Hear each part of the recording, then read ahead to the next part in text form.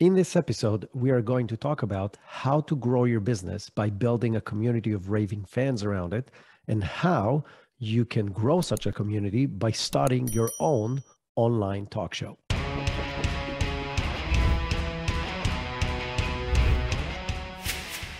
Brilliant.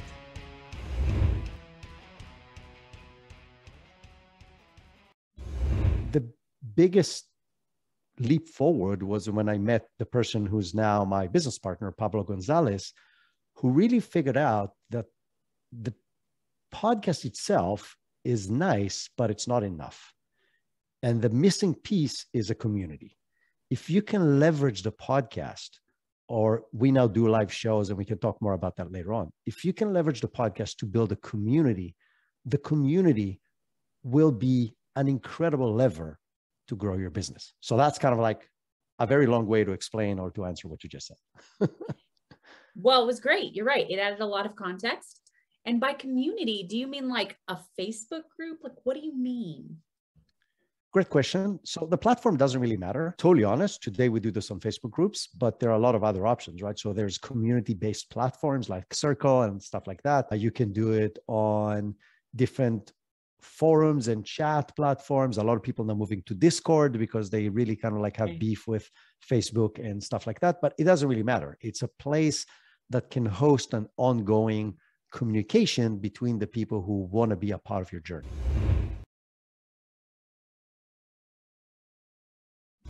So about 2 million years-ish, right? There's been communities and there's been human relationships, and that was the base for more or less any human exchange.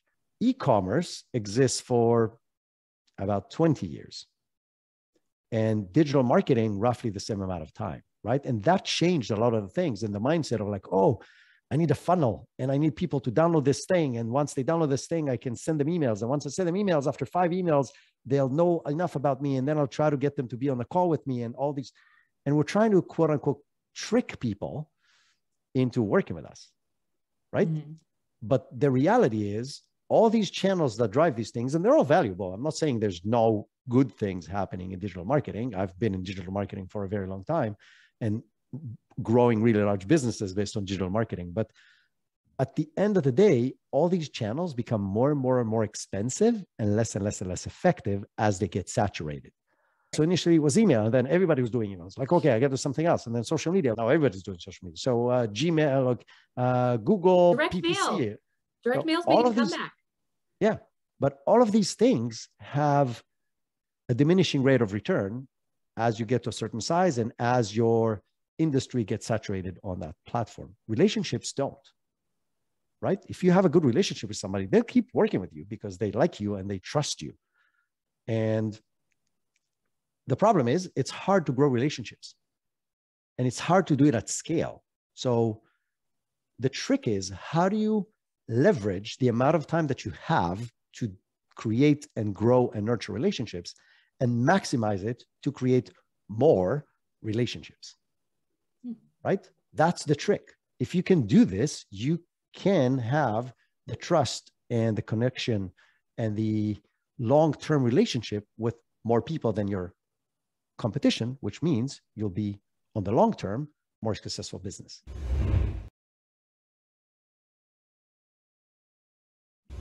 There's a big difference between having an audience and having a community, right? An audience is people who will consume your content. They like what you have to say. They find you interesting. It's valuable. They will consume your content. They will not feel a part of your journey. They will not feel that they're an active participant in this thing that you're creating. A community is a group of people that has, first of all, cross relationships between them. It's not either a top-down or a bottom-up kind of relationship. It's everybody knows everybody, and they have some kind of a narrative they can communicate around.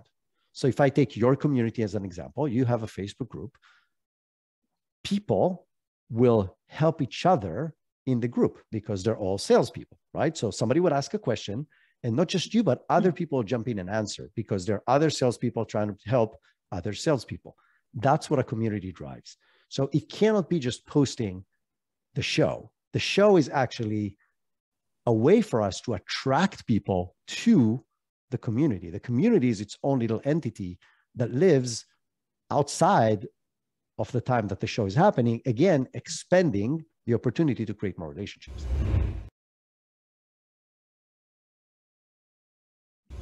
So why do you do that? What's the benefits? So let's go back to why. The why is I want to build relationships, and I want to build high quality relationship in as little time as possible with as many people as possible. That's the trick. So what we're doing right now, and I already know you very well because we've been talking on my podcast, on your podcast for, let's say, an hour. And I feel like I know you. And I already know that you're an incredible marketing person with a brilliant mind, because the thing you shared on my podcast literally blew my mind. And I know that. So we now have a relationship, but that's a one-to-one relationship. Right. Then there's the other part of the podcast, which is one-to-many, right? You're going to take this podcast and you're going to share it. So the people who are going to listen to this are listening to this after we finish this conversation, a few weeks after, probably. But that's a one-way street. That's you talking, they listen. It's Right. not a relationship. Interactive. Yeah. The trick that comes in between is the one-to-few. If we would have invited people to this call as the audience, we will have 4 people, 5 people, 20 people, 50 people, 100 people. X amount of people will show up. If you do this every single week, that number keeps on growing. So our longest running client that's been doing this for 2 years gets between 40 to 70 people every single week. It's a lot. No, so 2 shows a week. So it's like 100 to 150 people show up every single week. Because of the way we run the shows, we keep the audience in the show extremely engaged. So it becomes a mini community. Do you have people like in the chat, like managing the chat? So we have a quote unquote producer that makes sure that everybody gets welcomed. We welcome people to the show every single time. We call them by name. A lot of them are regulars. So we have regular jokes about their name or where they're from or what they've done and what happened. So you build that camaraderie in that community. You encourage people to ask questions. When they ask a question, you either invite them to the stage so you can bring them to say, come on and ask your question. Or I will introduce it as their question. So I'll say, oh, you know, Aleasha Bahr, she's an amazing marketing person. She has this great question I want to ask you. And then I'm going to ask it to the guest. Now, we do this for multiple reasons, but the main reason is because we want to create a feeling that they're a part of the journey. And these people that join the show regularly become the core of the community outside of the show. Within the Facebook group, Discord, the live show is the core. And just to complete the process to talk about the community, I said there are 4 kinds of relationship building. One-to-one, which is what we're doing right now, chatting to one another.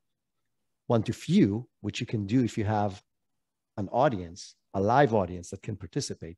One-to-many, which is once you publish this on as a podcast, as social snippets, as YouTube, wherever it is it's going to go. And then the community.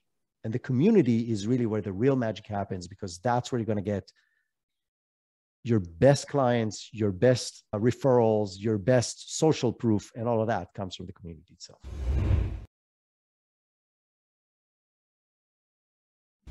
And for that reason, their ears were like able to hear what you were saying more, and they were able to implement whatever you were saying more and get the result. Yeah, absolutely. Listen, I think it's the beauty of this is because it's providing value to a very specific kind of person, you will attract that kind of person. So if you start with a strategy of who am I trying to attract? What are the topics that are interesting to them? It has nothing to do with my business. It has nothing to do with what I provide. It has to do with what would be interesting to them and how do I provide them the most amount of value without any commitment on their behalf. People value that and people get attracted to that. In the beginning, some people think it's a scam because it's like, oh, they got to be selling something. I'm not. I'm never, ever in any of our shows selling anything. But we're talking about things that are relevant to what we do, or in our clients' shows about what they do. And they keep on providing value and showing how knowledgeable they are, how well connected they are, how successful they are. Both of us do something similar on a high level concept, right? We teach people how to be better at what they do. We provide them a lever that they otherwise wouldn't have. And some people say, well, I can do this in-house. and maybe they can. The problem with doing it in-house is you're limited with your knowledge because you only know what you know and you're not an expert on the other thing. And there's no reason for you to be an expert on the other thing, right? That's why you hire lawyers as a service and the cleaning people as a cleaning service. You have a lot of things that you take for granted that this is an external thing. I'm not going to have this function within my company because it doesn't make any sense. There's somebody who's better than me at it that can do it for less money and they already know how to do it. This is the same kind of thing, right? You can hire somebody. And I think what we're talking about is the future of any business. And the pandemic just accelerated that. It was there before, but the pandemic provided this opportunity to do everything digitally.